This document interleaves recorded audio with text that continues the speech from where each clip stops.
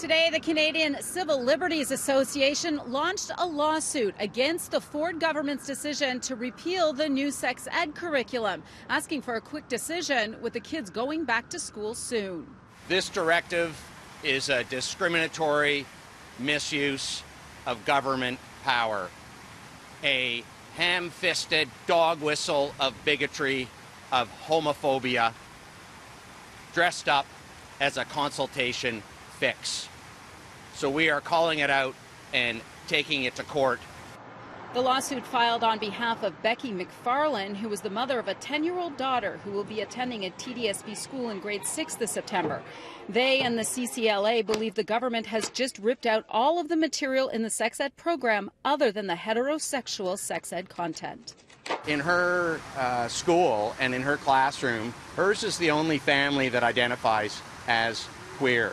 And so it's critically important to her, she says, to have the rest of the school and the rest of the public educated as to what that means. By pulling out all that information, obviously it leaves the student and the family feeling like others. They're being treated like others. 3 legal grounds for the challenge were cited, including allegations that the Canadian Charter of Rights and Freedoms and the Ontario Human Rights Code is being violated. I've written to the court and asked that this be dealt with on an urgent basis, and we're going to work together with the government to get this heard and decided ASAP. And amongst all of this confusion is still the teachers, who are searching for clarification on what exactly should be taught this fall.